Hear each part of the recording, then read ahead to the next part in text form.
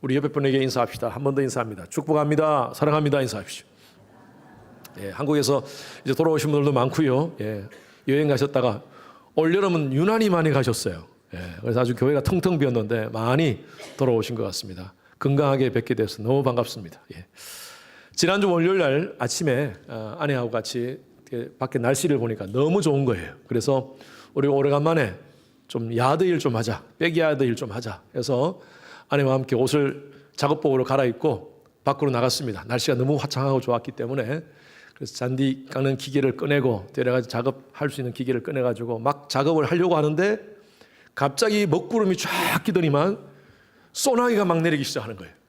그런데 옷을 입은 게 아깝잖아요. 예, 그래서 이왕 조금만 버티고 비 맞고 좀 버티면 그치겠지 하고 조금 더 했는데 비가 계속 오는 겁니다.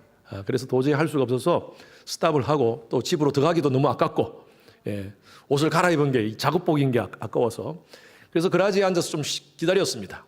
한 30분을 기다리니까요, 그렇게 막 억수같이 내리던 비가 스탑이 되고 해가 탁 나타났어요. 해가 어디 갔다가 온 겁니까? 여러분, 태양이 어디 사라졌다가 다시 뜬 거예요? 아니었어요. 먹구름 때문에, 비구름 때문에 해가 잠시 가리워졌던 것입니다.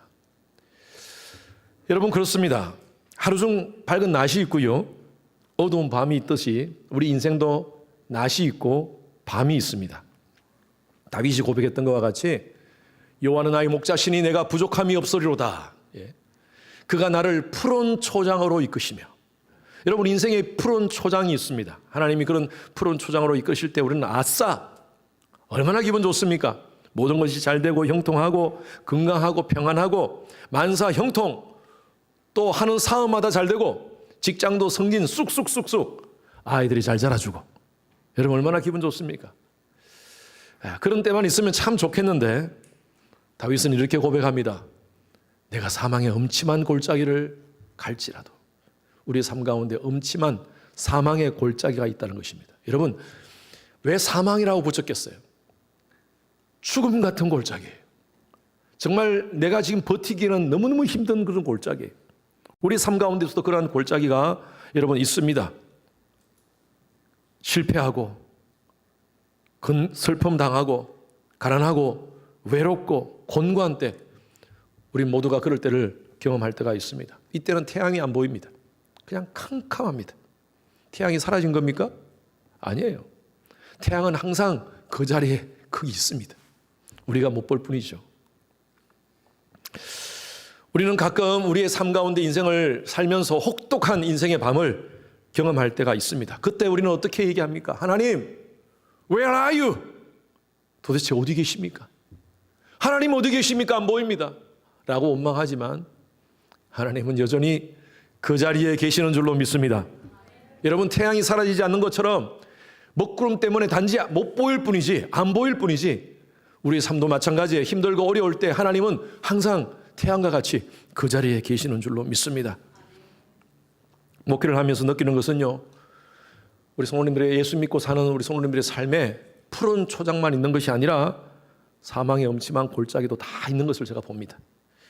특별히 하나님이 사랑하시고 어떤 사명을 주시어서 하나님의 일들을 감당하기를 원하는 그런 가정이나 개인에게는요, 하나님이 사망의 엄침한 골짜기를 때로는 겪게 하십니다. 성경에 하나님 손에 쓰였던 귀대한 위대한 믿음의 인물들을 한번 보십시오. 요셉, 모세, 다윗, 엘리야, 바울, 이런 분들의 삶을 한번 보십시오. 그분들은요, 전부 다 인생의 혹독한 밤을 경험을 다 했습니다. 하나님은요, 고난을 통해서 하나님의 사람을 키우시는 것 같습니다. 여러분, 고난의 시간을 보내고 계십니까? 혹시 이 밤을 어떻게 보내고 계십니까? 하나님은 분명히 여전히 그 가운데 계시는 줄로 믿습니다. 그 하나님 바라보시면서 믿음으로 극복하시는 여러분 되시기를 주님의 이름으로 축원합니다. 자, 첫 번째 한번 읽어봅시다. 같이 크게 읽습니다. 시작. 고난의 밤은 예수 믿고 살아도 경험한다. 여러분, 예수 믿고 하나님의 자녀가 된 자들은요, 모든 것이 잘 되고 세상에서 부자가 되고 건강에 문제도 없고 사고도 당하지 않고 뭐 그렇게 산다면요, 세상에 예수 안 믿고 살 사람 어디 있겠습니까? 모두가 예수 다 믿겠죠. 사도 바울은 예수님을 만나기, 다메섹 도상에서 예수님을 만나기 전까지는요, 잘 나가던 사람이었습니다. 세상적으로 뭐 부러울 게 없는 그런 사람이었습니다. 그런데 그가 예수를 믿고 복음 전도자로 살면서 얼마나 많은 고난을 당하는지, 오늘 본문 말씀을 보면요, 2차 전도여행 시절입니다. 그때 빌립보라는 지역에 갑니다. 그곳에 가서 한 여인을 만납니다. 이 여인은 귀신 들린 사람이었어요. 귀신 들려가지고 사람의 점을 치주는데 기가 막히게 맞는 거예요. 그래서 이 여인을 고용하고 있는 주인이 돈을 많이 벌었습니다. 이 여인 때문에. 그래서 이 여인이 점을 쳐주고 돈을 받으면 이 주인한테 돈이 가는 거예요. 주인이 얼마나 좋겠습니까? 근데 이 여인은 너무나 괴로운 거예요. 귀신 들려가지고 자기가 너무나 힘드니까 사도 바울을 만나서 사도 바울에게 부탁합니다. 내가 귀신 때문에 너무나 힘듭니다. 내 속에 있는 귀신을 쫓아내 주십시오 라고 그렇게 얘기를 하니까 사도 바울이 얼마나 여인이 불쌍한지, 나사렛 예수 그리스도 이름으로 명하노니 이 여인 안에 있는 모든 악한 영들아, 귀신아, 예수 이름으로 명하노니 떠나갈지어다 선포하니까요, 도망가 버렸어요. 치유됐어요. 할렐루야. 그러면 주인이 어떻게 되었습니까? 아이고 감사합니다. 내 여종을 고쳐주셔서 귀신을 떠나게 해주셔서 너무너무 감사합니다 하고, 자 이거 사례 좀 받으십시오 하고 사도 바울한테 그렇게 줘야 되지 않겠습니까? 그런데요, 이 주인이 화가 났어요. 소위 말해서 영업 방해죄. 왜 내 영업을 방해하느냐? 당신이 이 여자를 고쳐가지고 내 지금 돈줄이 끊겼다 하면서 고소를 해버립니다. 네, 여러분 성경에는 영업 방해죄라는 말이 없습니다. 제가 붙인 말이에요. 자, 22절에서 24절 말씀 읽습니다. 다 같이 시작. 우리가 일제히 일어나 고발하니 상관들이 옷을 찢어 벗기고 매로 치다 하여 많이 친 후에 옥에 가두고 간수에게 명하여 든든히 지키라 하니, 그가 이러한 명령을 받아 그들을 깊은 옥에 가두고 그 발을 차고에 든든히 채웠더니. 여러분, 사도 바울이요 무슨 사기를 쳤습니까? 아니면 다른 사람을 삶을 어떻게 좀 망가뜨렸습니까? 전혀 다른 사람을 피해 입히지 않고 오히려 힘들고 삶이 힘들고 어려운, 정말 귀신 때문에 망가진 그 여인을 치유시켜 줬어요. 칭찬받아도 정말 부족한 판에 이 주인이 고소를 해가지고요, 여기 상관이라고 표현되어 있죠. 상관, 이 사람들은요 그 당시에 로마의 고위 장교들입니다. 아마 이 주인하고 그 로마 장교들하고 서로 무슨 결탁이 되어 있었던 것 같아요. 재판도 없이, 아무 재판도 없이 그냥 바울과 실라를 잡아다가 어떻게 합니까? 옷을 찢어버리고 매로 칩니다. 매로 치는데 그 다음 어떻게 했어요? 많이 쳤어요. 많이 쳤어요. 유대인의 율법의 그 법에 의하면요, 사람을 40대 이상은 못 치도록 했습니다. 그 당시에 매가, 우리 패션 오브 크라이스트 영화 보면 그 예수님을 때리던 그 채찍질 보십시오. 딱 쳐서 땡기면요 살점이 그냥 같이 떨어져 나와요. 이런 매로 40대 이상을 치면 사람이 죽습니다. 그래서 규정으로 정해놓은 거예요. 40대 이상 못 치도록. 그런데 지금 빌립보 지역, 여기 이 지역은요 로마의 법이 지금 통하는 지역입니다. 유대의 법이 통하는 지역이 아니라 로마 법이 통하는 지역이에요. 이 지역에서는 아마 40대 이상 치면 안 된다는 그런 규정도 없었던 것 같아요. 그래서 이 누가가 사도행전을 기록하면서 여기에 보니까 23절 다시 한번 띄워보십시오. 23절에 보니까 많이 쳤다고 표현하고 있습니다. 이것은 40대 이상을 쳤다는 말이에요. 살점이 다 뜯어져 나가고 뼈가 그냥 다 보일 정도로 아마 그렇게 맞았을 거예요.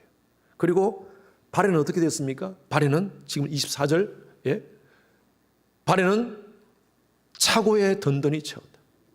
착고를 채워가지고 누워서 잠을 못 잘 정도로 다리를 벌려놓은 상태에서 이렇게 차고를 채워놓은 거예요. 얼마나 억울합니까? 뭐 때문에 이렇게 당했어요? 사도 바울이 복음 증거 때문에, 예수님 증거하는 것 때문에, 그 여인에게 예수 사랑을 나타내기 위해서, 하나님 안에서 선한 일을 하기 위해서 한 건데 이런 힘들고 어려운 일을 당했습니다. 여러분, 우리도 마찬가지입니다. 우리도 신앙생활을 하면서 정말 내가 이제 지금까지 삶을 하나님 앞에, 하나님이 원치 않는 삶을 좀 다 던져버리고 예수 안에서 삶을 살기로 결심하고 열심히 교회도 나오고 헌금도 하고 또 주를 위해서 섬기기도 하고, 그렇게 하면 하나님께서 내 길을 쫙쫙쫙쫙, 네, 시온의 대로가 열리듯이 쫙 열려주면 얼마나 좋겠습니까? 그런데 예수를 위해서 이렇게 섬기고 예수를 위해서 복음 전하고 미션 라이프를 살려고 사는 삶 속에 왜 이렇게 어려움이 있어요? 왜 이렇게 고난이 있습니까? 사업에 어려움이 있고 자녀들은 왜 이렇게 말을 안 듣는지, 관계 속에서 어려움이 있고 이민생활 속에서 여러 가지 신분의 문제가 있고 내가 할 수 없는 일들이 얼마나 많이 벌어지는지 몰라요. 내가 예수를 잘 믿는데 왜 그래?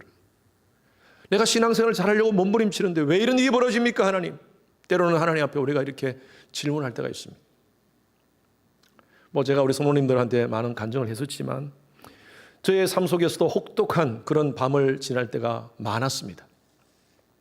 근데 저희 삶 가운데 가장 큰 그 밤은 바로 저희 아버님이 1986년도에 중풍을 가졌을 때입니다.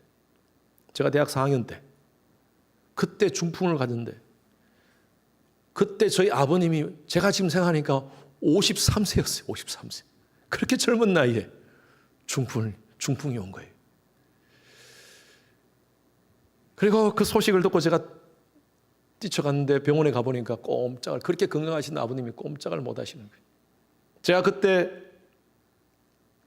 하나님께 그렇게 질문했어요. 하나님, 아니 아버님 이렇게 하나님 잘 섬기는 분인데, 아버님 어머님을 그렇게 하나님을 평생 주님을 섬겼던 분인데 왜 이런 고난을 주십니까? 하나님, 왜 이런 아픔을 주십니까? 그때 믿음이 많이 없었기 때문에 하나님께 막 제가 원망했었어요. 그래서 군 문제를 빨리 해결하기 위해서 군대 들어가고 제대하고 나서 아버지가 하시던 사업을 받아서 제가 대학을 4학년을 하면서 비즈니스를 했습니다. 대학 졸업하고 비즈니스를 하면서 이제 좀 아버님 많이 회복되셨어요. 이제 괜찮아지셨는가 보다. 이제 이렇게 해서 회복되시는가 보다 하고, 저는요 좀 더 사업을 이렇게 팽창하기 위해서 미국에 비즈니스 트립을 한 달간 갔다 옵니다. 그때만 해도 꿈이 있었어요. 이제 되겠구나. 한 달을 딱 갔다 와서 수요일날 갔다 와서 아버님하고 같이 1994년 제가 정확하게 2월 말입니다. 기억하고 있어요. 94년 2월 말에 미국에 돌아와서 아버님하고 같이 대화를 나누고, 아버님 이런 꿈을 가지고 있습니다. 아버님도 그렇게 도와주시기로 했고, 그런 마음을 가지고 이제 주일이 됐는데, 주일 오후에 당연을 하고 내려오시던 계단에서 내려오시던 아버님이 또 쓰러지신 거예요. 두 번째 중풍이 온 거예요. 그 후로부터 코마 상태가 되셨습니다. 꼼짝을 못하게 됐어요.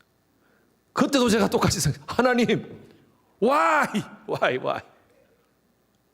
아니 우리 가족에 왜 이렇게 어려움을 주십니까? 이제 좀 괜찮게 살려고 하고, 이제 제가 좀 사업을 하면서 하나님 나라를 위해서 섬기려고 좀 하고 있는데 왜 하나님 이런 어려움을 주십니까?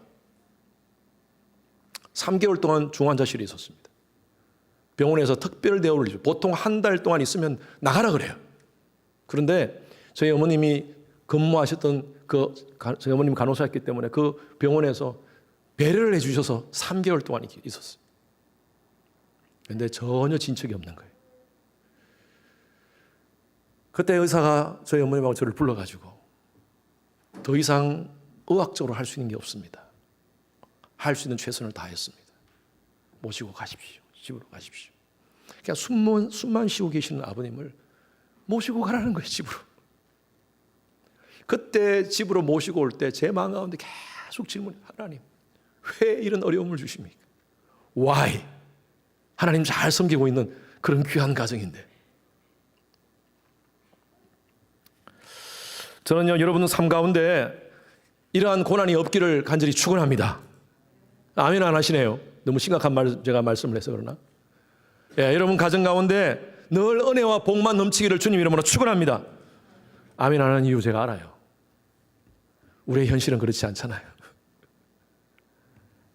예수 믿고 성경 삶을 사는데 우리의 삶의 고난은 끊이지 않습니다.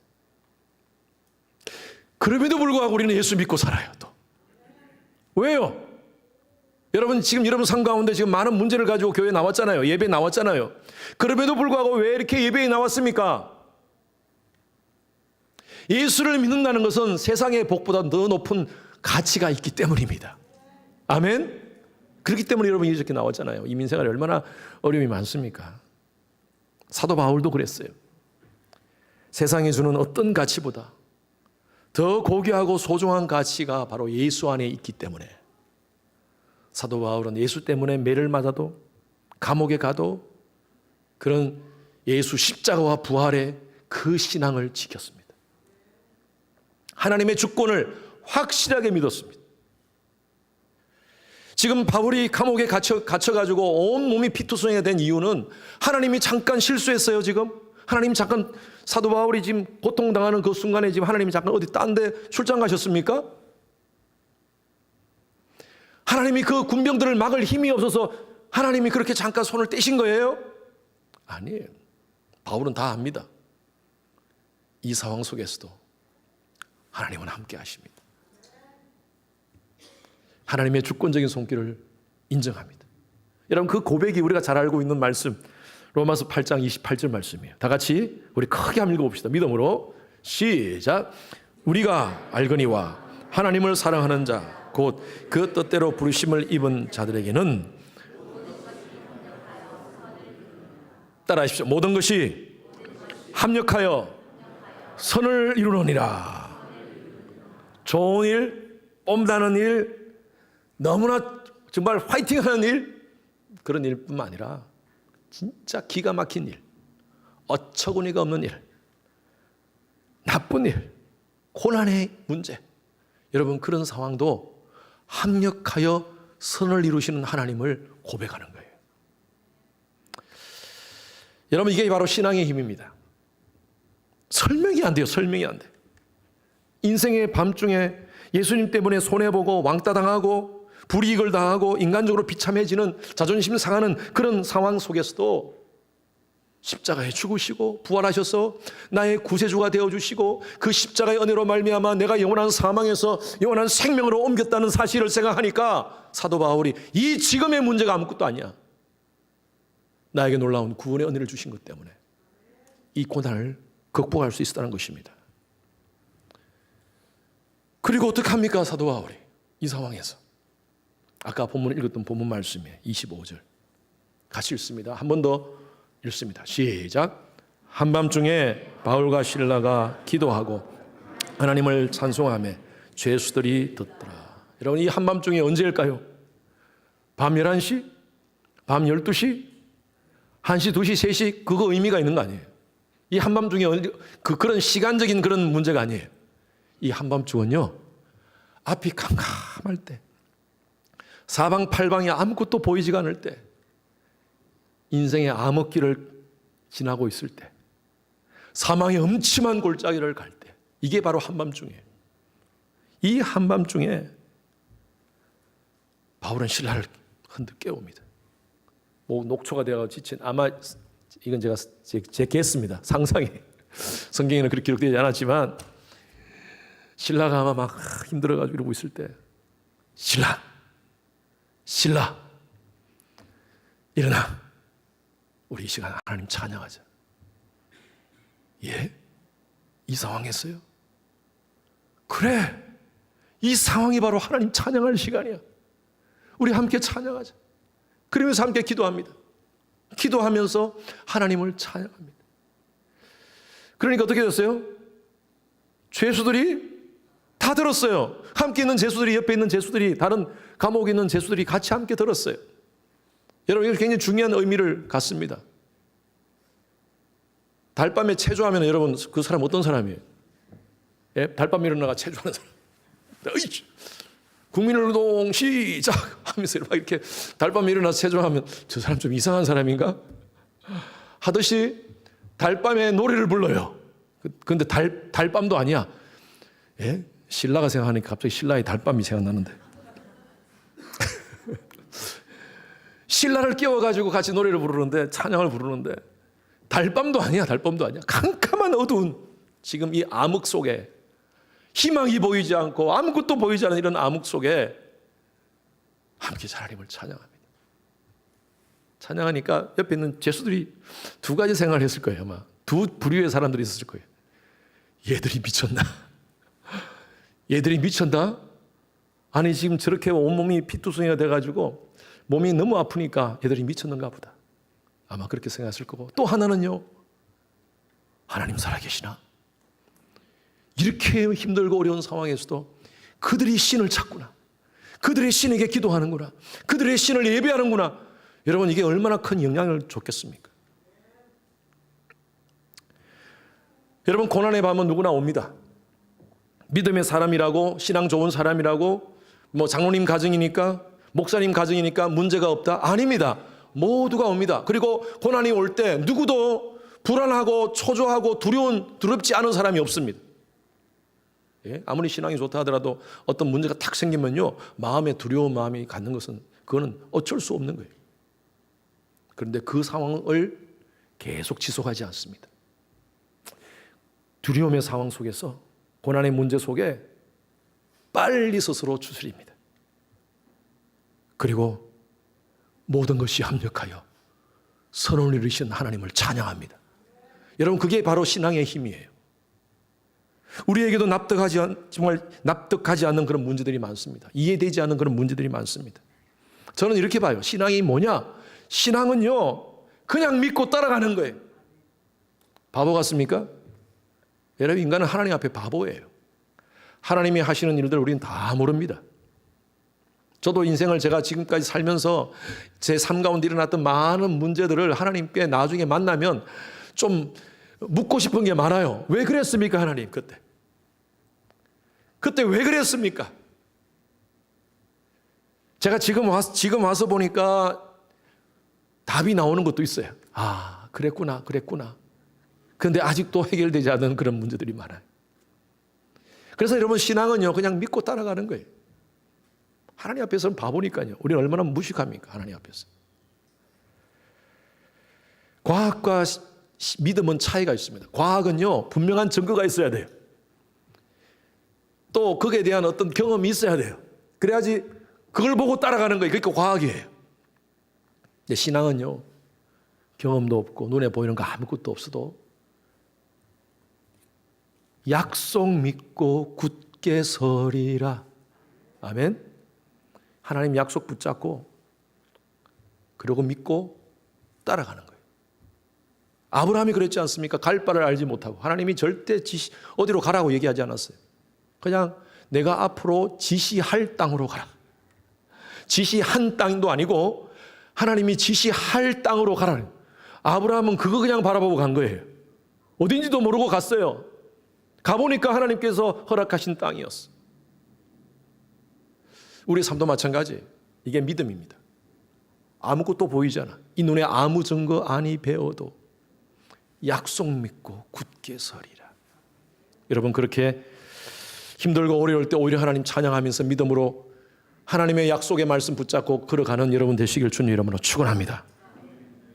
고난 속에서 하나님 찬양하십시오. 그러면 두 번째, 같이 시작. 부르는 찬양은 믿으시는 분 아멘. 밤중에 바울과 실라가 그 고통 속에서 앞이 캄캄하게 보이지 않는 그 한밤중에 하나님을 찬양할 때 여러분 어떤 일이 일어납니까? 예? 26절 말씀 같이 일어납니다. 시작. 예, 갑자기 큰 지진이 나서 옥토가 움직이고 문이 곧 다 열리며 모든 사람의 매인 것이 다 부서진지라. 아멘. 할렐루야. 여러분들의 가정에, 여러분들의 개인의 삶의 모든 문제도, 고난의 문제도 하나님 찬양하며 하나님께 예배드리며 나아갈 때 이런 기적을 경험하게 될 줄로 믿습니다. 바울과 실라만 그 모든 묶인 것이 풀어진 것이 아니라 그 주위에 있는 모든 사람의 매인 것이 다 벗어졌어요. 여러분, 우리 때문에 주위 사람이 득볼 겁니다. 아멘. 여러분 때문에 여러분 가족이 득복이 될 줄로 믿습니다. 우리 때문에 내가 만나는 모든 사람들이 오히려 득복이 될 줄로 믿습니다. 여러분, 이 뒤에 우리가 스토리를 다 오늘 제가 말씀을 다 언급하지 않지만 간수도, 그 죄수들을 돌보는 간수도 예수님을 만나요. 복음을 만나요. 바울의 이 놀라운 이 하나님의 역사가 임하니까요. 그 주위의 사람들뿐만 아니라 그 간수들마저도 복음을 만나요. 그래서 여러분, 기독교 신앙은 찬양으로 시작해서 찬양으로 끝나는 겁니다. 창세기가 하나님을 찬양하는 에덴 동산의 찬양으로 시작해서 요한계시록의 찬양으로 끝나요. 여러분, 우리 신약도 한번 보십시오. 말구유에서 예수님의 탄생을 바라보기 위해서 왔던 그 목자들의 찬양으로 시작해서 요한계시록에 우리가 7장 9절 말씀을 오늘 가지고 찬양, 우리가 오프닝 찬양했잖아요. 할렐루야, 할렐루야, 어린 양의 보혈, 그 하나님의 놀라우신 보좌 앞에서 많은 사람들이 구원하심이 보좌에 앉으신 어린 하나님과 어린 양께 있도다 하면서 하나님을 찬양하는 것으로 요한계시록이 끝나지 않습니까? 마라나타, 주 예수여 어서 오시옵소서. 성경은요, 찬양으로 시작해서 찬양으로 끝납니다. 다른 말로 예배로 시작해서 예배로 끝납니다. 그래서 우리는요, 예수 믿는 사람들, 신앙인들은요, 잔칫날도 찬양합니다. 당연히 찬양하죠. 좋은 날이니까. 그런데 장례식 때도 찬양합니다. 요단강 건너가 만날이 하나님 찬양하지 않습니까? 깊은 밤은 오히려 찬양이 터져 나오는 시간입니다. 밤에 부르는 노래가 진짜 찬양입니다. 건강이 나빠졌을 때, 직장 잃어버렸을 때, 사업이 안 될 때, 관계 속에서 힘들고 어려움을 당할 때 오히려 하나님을 찬양해 보십시오. 이와 같은 때엔 난 노래하네. 여러분, 그 찬양 가사를 참 전 좋아해요. 이와 같은 때엔 난 노래하네. 그 찬양 아시죠? 그 찬양은 영어 가사가 더 은혜스러워요. 영어 가사가 어떻게 됐냐면 In moments like these I sing out a song. In a moment like this가 아니에요. 그 참 가사를 참 은혜스럽게 만들었어요. 요 순간 너무 좋고 아주 정말 기분 좋은 모든 것이 잘 되는 요 순간 하나님 찬양합니다. 이게 아니라 In a moments like these. 복수예요, 복수. 모든 순간에 I sing out a song. I sing out a love song to Jesus. Singing I love you Lord. 나의 손을 들어서 Lift up my hands.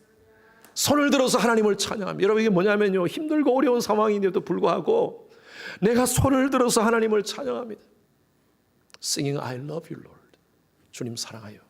주님 사랑해요. 여러분, 이게 진짜 깊은 밤에 터져 나오는 찬양이에요.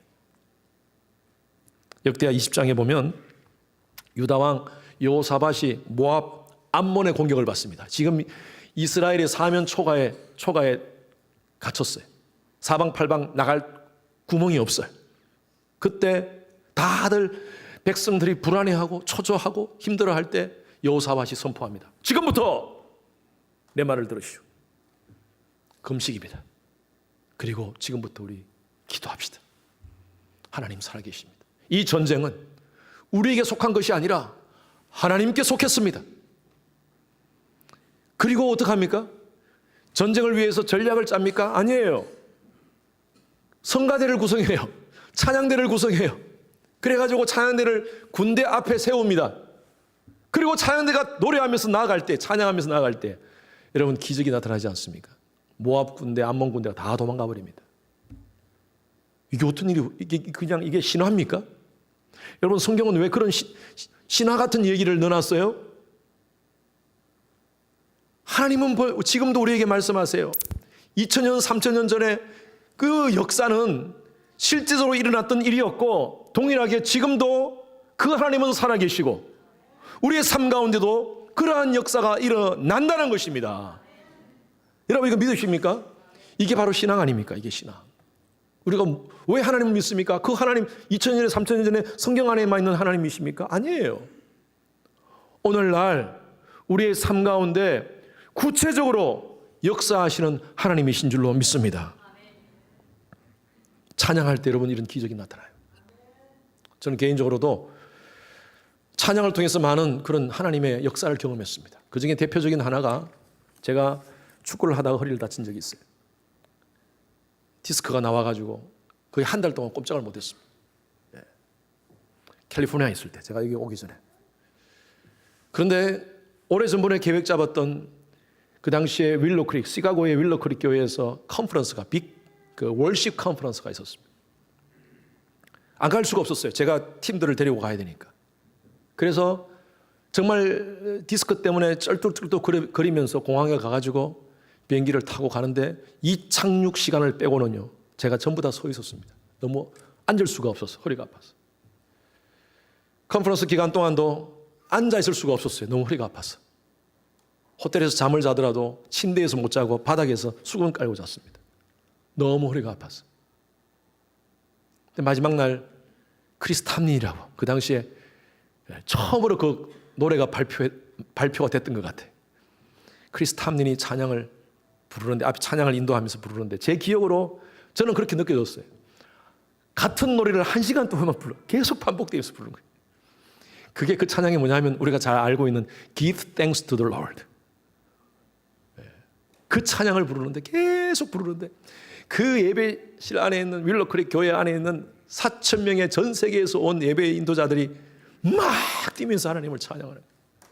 근데 막 제가 눈물이 줄줄 나는 거예요. 하나님, 어떻게 하나님이 얼마나 기뻐하실까? 이 많은 사람들이 하나님을 찬양하는데 하나님이 얼마나 기뻐하실까 하면서 저도 같이 막 할렐루야 하면서 막 찬양을 했어요. 그리고 호텔에 갔는데 잠 잘 잤어요. 그 다음날 캘리포니아 LA 공항으로 돌아오는데 앉아서 돌아왔습니다. 그래서 옆에 집사님이, 같이 갔던 집사님, 목사님 허리 안 아프세요? 안 아프네? 하나님이 어젯밤에 치유하셨구나. 그때 제가 깨달았어요. 제가 여러분들께 한번 간증했죠. 그리고 제가 할렐루야 하나님이 나 치유하셨습니다 라고 간증 안 했어요. 왜? 또 아플까 싶어서. 한 달 동안 가만히 있었어요. 진짜 치유하셨어요. 지금 건강하지 않습니까? 그 후로부터 괜찮았어요. 여러분, 한 달 동안 제가 누워 있었어요. 그리고 그 갈 때까지 쩔뚝거리면서 갔어요. 잠도 못 잤어요. 허리가 아파가지고. 컨퍼런스 기간 동안 서 있었어요. 계속. 하나님이 그 밤에 하나님을 찬양할 때 하나님이 저를 치유하신 줄로 믿습니다. 여러분, 그래요. 힘들고 어려울 때 오히려 하나님 찬양하십시오. 구약의 하박국 선지자는 엄청난 전쟁의 소문을 듣습니다. 그리고 공포와 불안이 막 찾아옵니다. 여러분, 전쟁 우리 다 대부분 여기 계시는 분들 전쟁 경험하지 않았을 거예요. 우리 권사님 어릴 때 아마 경험하신지 모르겠지만 우리 모두가 전쟁 경험하지 않는데, 여러분, 이 전쟁의 트라우마는 이건 대단한 겁니다. 어제도 제가 뉴스에 보니까 지금 우크라이나에 러시아가 로켓을 쏴가지고 막 그냥 폭격하는 그 장면이 TV로 나오더라고요. 얼마나 불안하겠습니까? 그 카메라를 찍는 사람도 오오오 하며 찍는데 지금 그 폭탄이 자기 머리도 떨어질 수 있는 거 아닙니까? 여러분, 그런 전쟁 지역에 사는 사람이 얼마나 마음이 불안하겠어요? 지금 이 상황이 바로 그 상황이에요. 하박국 선지자가 하나님이 이스라엘을 심판하신대요. 하박국이 그런 스토리잖아요. 누구를 위하여, 누구를 가지고 심판하시는 겁니까? 누구를 통해서 하나님, 도구가 뭡니까? 하나님 말씀하세요. 바벨론이다. 바벨론이요. 아니, 우리가 이스라엘이 너무나 하나님 앞에 불순종해가지고 우리가 심판받는 것은 이해되는데, 바벨론은 우리보다 더 악한 사람들입니다. 어떻게 바벨론을 들어서 우리를 심판하십니까? 하나님께서 그러면서 막 하나님께 막 질문하고 하나님이 답하시고 하는 장면이 하박국 1장 2장에 나와요. 그러다가 하나님의 선하신 뜻을 알았어요. 이스라엘 향한 하나님의 계획을 알았어요. 상황은 하나도 변화된 거 없어요. 지금 하박국이 이렇게 고백합니다. 3장 17절 18절 말씀 다 같이 크게 읽습니다. 시작. 비록 무화과 나무가 무성하지 못하며 포도나무에 열매가 없으며 감람나무에 소출이 없으며 밭에 먹을 것이 없으며 우리에게 양이 없으며 외양간에 소가 없을지라도 나는 여호와로 말미암아 즐거워하며 나의 구원의 하나님으로 말미암아 기뻐하리로다. 할렐루야. 못하고 없고 온통 없는 것밖에 없어. 있는 건 없어. 다 없어요. 지금 다 없어. 이제 곧 전쟁 가운데 이스라엘은 망하게 되었어. 그런데 하박국은 하나님의 섭리를 봅니다. 이 고난 속에서, 캄캄한 어둠의 혹독한 밤 속에서 하나님이 이스라엘과 함께 하심을 그는 믿습니다. 그래서 뭐라고 얘기합니까? 나는 여호와로 말미암아 즐거워하며 나의 구원의 하나님으로 말미암아 기뻐하리로다. 그 뒤에 말씀은 이렇게 되어 있어요. 주 여호와는 나의 힘이시라. 나의 발을 사슴과 같게 하사 나를 나의 높은 곳으로 다니게 하시로다. 예? 사슴과 같이 높은, 여러분 사슴 절벽 가는 거 아시죠? 그 사슴의 발처럼 하나님께서 나를 높이신다는 거예요. 우리 이스라엘을 높이신다는 것입니다. 여러분, 이것은요 지금 혹독한 밤만 바라보는 것이 아니라 앞으로 다가올 희망의 미래를 바라보는 하나님의 사람, 비전의 사람의 모습이에요. 지금 아무리 혹독한 밤이라도 반대편에는 태양이 떠 있습니다.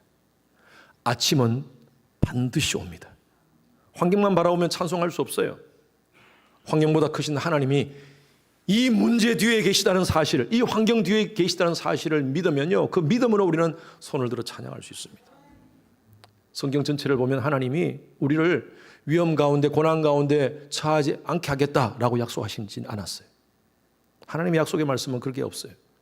너희들을 위험 가운데 내가 처하지 않도록 다 처음부터 보호하겠다는 말씀이 없어요.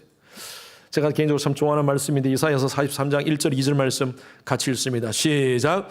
내가 너를 지명하여 불렀나니 너는 내 것이라. 내가 물 가운데로 지날 때에 내가 너와 함께 할 것이라. 강을 건널 때에 물이 너를 침몰하지 못할 것이며 내가 불 가운데로 지날 때에 타지도 아니할 것이요 불이 너를 사르지도 못하리니 네가 물 가운데 가지 않도록 내가 미리 보호해 주겠다. 너희들이 불 가운데 가지 않도록 너희들이 미리 내가 보호해 주겠다. 그렇게 약속하지 않았어요. 불 가운데 갈 수 있다. 불 가운데 갈 때 있어. 물 가운데 갈 때가 있어. 그런 고난의 상황도 있을 거야. 그런 하나님께서 말씀하세요. 그 가운데서 뭐예요? 내가 너와 함께 하겠다. 할렐루야.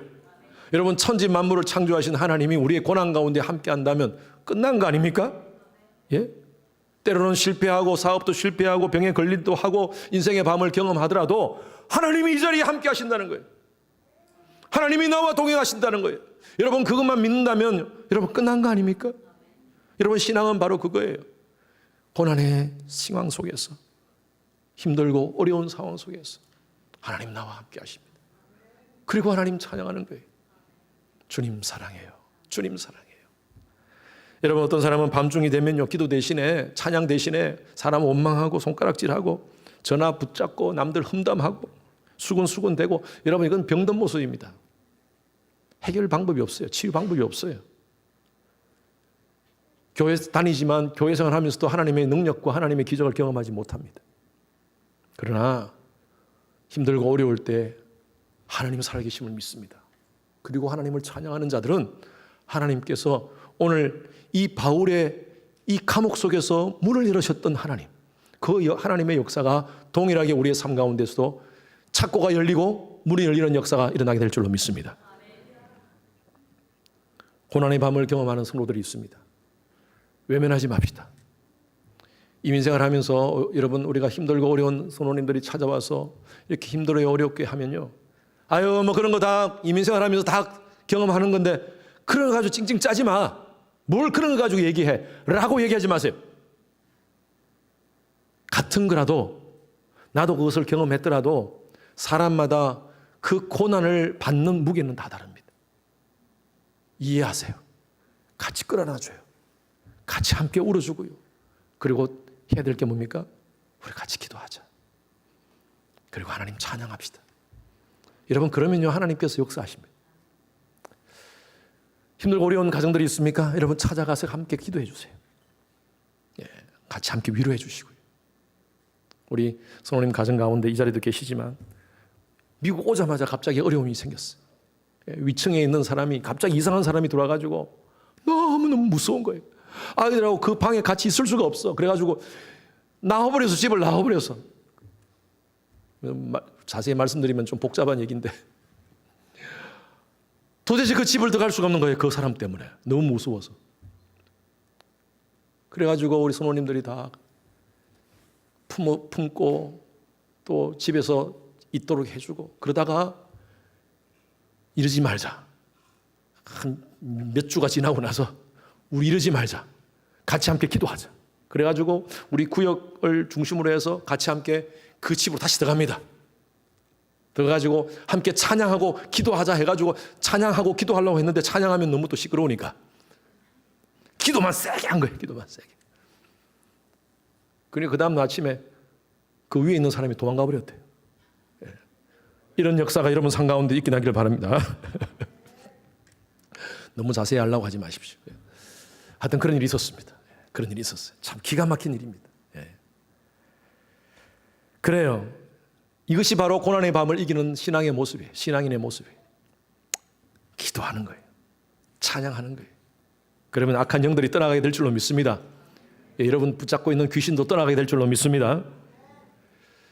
제 얘기를 아까 하다가 말았는데 다 얘기할 수 없고요. 저는 그랬어요. Why me?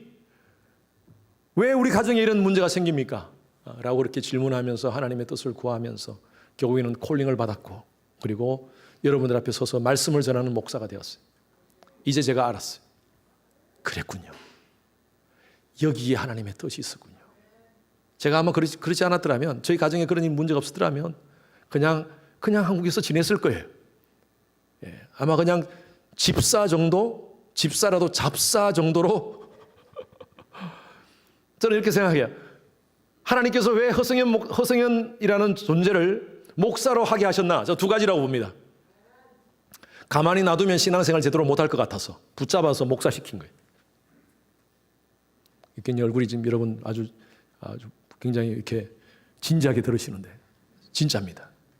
그러실 것 같아요. 두 번째로는 하나님께서 저로 하여금 사명 감당하기 위해서. 물론 목사가 안 되더라도 사명 감당할 수 있지만 너는 목사해가지고 사명 감당해라.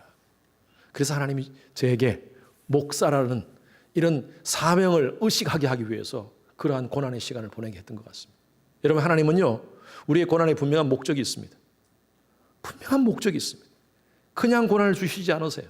그 고난을 통해서 하나님의 뜻을 발견하고 하나님의 사명을 발견하는 여러분 되시길 주님 이름으로 축원합니다. 여러분, 고난을 당할 때 힘들어요. 찬양하기가 쉽지가 않아요. 어떻게 찬양합니까? 이렇게 힘들고 어려운데. 사방팔방 다 막히고 앞이 캄캄해서 아무것도 보이지 않는데 어떻게 찬양합니까? 여러분, 그래서 시편 기자가 우리한테 좋은 샘플을 하나 주신 게 있어요. 시편 42편 5절 말씀에 보면 이거는요, 누구한테 명령하는 거냐면요, 정말 고난 속에서 하나님을 찬양할 수 없는 그런 내 자신을 향하여 얘기하는 거예요. 내 자신을 향하여. 내 자신에게 명령하는 겁니다. 한번 여러분 스스로를 명령한다고 생각하시면 이 말씀 한번 읽어봅시다. 시작. 내 영혼아, 내가 어찌하여 낙심하며 어찌하여 내 속에서 불안해하는가? 너는 하나님께 소망을 두라. 그가 나타나 도우심으로 말미암아 내가 여전히 찬송하리로다. 아멘. 왜 그렇게 나자빠져서 그냥 모든 거 포기하고 좌절하고 포기하고 그 넘어져 있어? 우리 자신을 향하여 명령하는 거예요. 하나님 살아계신 거 몰라?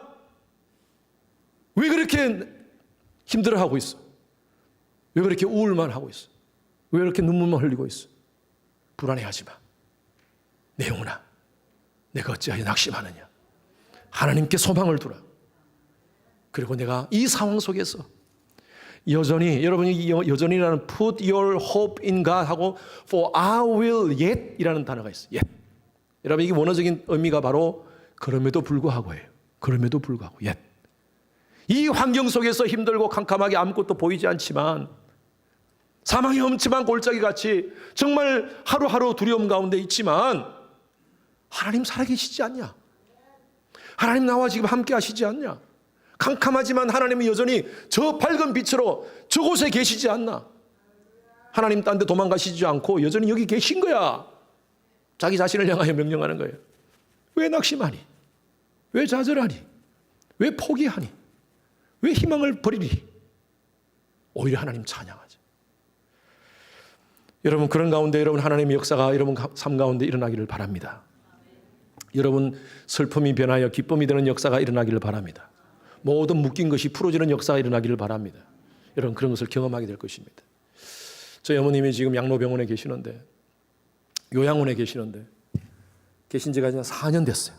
4년이 가까이 됩니다. 처음에는 그래도 몸이 말씀도 잘하시고 다 몸은 좀 안 좋으셨지만 의식 있으셔서 말씀을 잘하시는데 4년을 계시니까 점점 허약해지세요. 2주에 한 번씩 제가 어머니와 영상 통화를 합니다. 그쪽 요양원에서 전화를 해줘가지고 영상을 통화를 합니다. 2주에 한 번씩. 매번 볼 때마다 점점 기력이 약해지세요. 그래서 처음에는 저하고 30분간 대화를 많이 했는데 이제는 대화하는 것도 힘드실 것 같아요. 그리고 점점 기억력도 흐려지는 것 같아요. 너무 마음이 아파요. 제가 할 수 있는 게 아무것도 없어요. 그래서 제가 얼마 전부터 아이디어가 떠올랐어요. 어머니가 찬양을 좋아하시거든요. 그래서 엄마, 제가 찬양 불러드릴게요. 그래서 요즘은요 한 3분의 2, 한 20분 정도를 찬양 불러드립니다. 엄마, 주 안에 있는 나에게 딴 근심 있으랴 하면 한참 한 후렴쯤 되면 어머니가 따라오세요. 주님을 찬송하면서 할렐루야 할렐루야 인내하신 구세주야 하면서 제가 막 찬양을 메들리로 막 부르면요 어머니가 입을 뻥긋 하시면서 웃으시면서 따라오세요. 이 찬양의 능력이 있구나. 그죠? 평생을 하나님 섬기면서 하나님 찬양했던 어머님이 다른 건 다 잊어버리는데 점점 잊어버리는데 찬양은 절서 기억나시는. 여러분 그래요. 여러분 찬양 가운데 하나님의 역사가 나타나는 줄로 믿습니다. 여러분 찬양한다는 것은요 낙심하지 않고 포기하지 않고 좌절하지 않고 하나님 안에서 예수 안에서 비전과 꿈을 갖는다는 것입니다. 여러분 그런 사람이 찬양하는 거예요. 여러분 삶 어떻게 지내십니까? 힘들고 어렵습니까? 포기하지 마십시오. 독일 나치 치하의 어두운 감옥에서 혹독함을 보낸 본 회퍼 목사님이 계십니다. 유명한 목사님이시죠. 이분이 만든 찬양, 그 찬양이 이분이 찬양을 만든 게 아니라 시를 썼어요. 시.